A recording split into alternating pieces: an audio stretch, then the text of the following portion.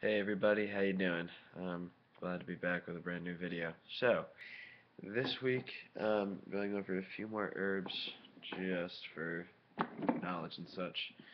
Picked up this box to store them in. It was like $1 from Hobby Lobby. Anyway, so, it stays open. Okay, so, I've already told you about a lot of different types of herbs. There's hyssop, um, well, there's a bunch of them. Hyssop is definitely my most favorite just because it's very useful against demons, but as I've already told you, this is banishing powder. It's kind of like an amalgamation of a lot of different, uh, powerful herbs. Of course, hyssop oil, which is like, it's a natural antiseptic to people. It's very good if you're sick to take a little bit of it, and it's like fire to lots of demons, and it also wards off hellhounds, which is cool. More banishing incense. Alright, so there are three I want to talk to you about today, and then another one that I don't have on me right now, but as soon as I get some, I'll show you. The first one is these guys, which you might be able to see in that one because there's a reflection. There you go. Okay, these are called hawthorn berries or hawthorn seeds. Hawthorn is a very important herb in both mythology and in Christian theology especially.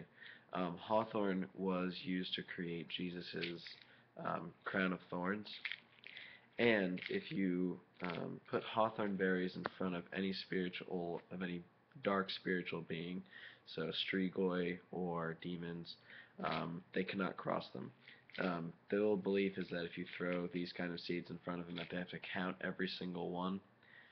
It's not really true, but it's almost like salt, but it doesn't have to be, you know, a completed line, or it doesn't have to be spiritually charged. These work on their own power, and they're very good, and you can use them in a lot of different agents of paranormal protection.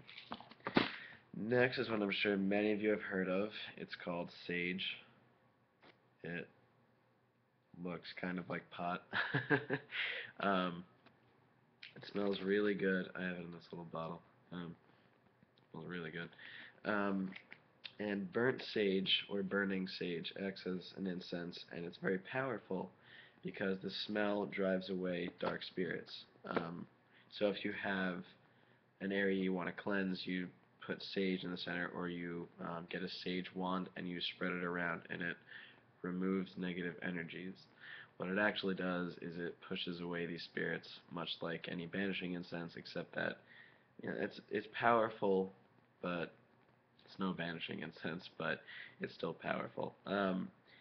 Sage can also be used in certain. It's a very useful tool, and it can be used to actually kill certain monsters, which I can't remember any off the top of my head, but I'm sure there are some.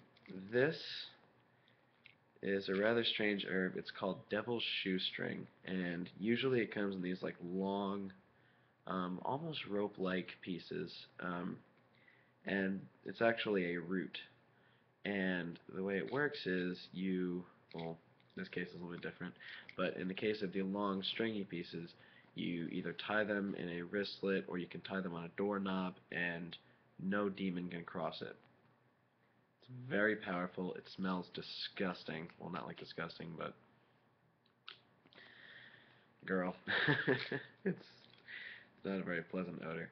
Um, Ground devil shoestring, it can be used a lot like salt. It acts as a barrier.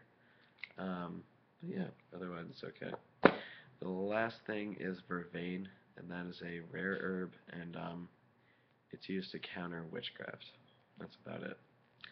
Um, Otherwise, if you guys have any questions about other herbs, just, shoot them in the comments, rate, comment, subscribe, and all that jazz, alright? So, next week, new video, and all that good stuff. Alright, guys, happy hunting.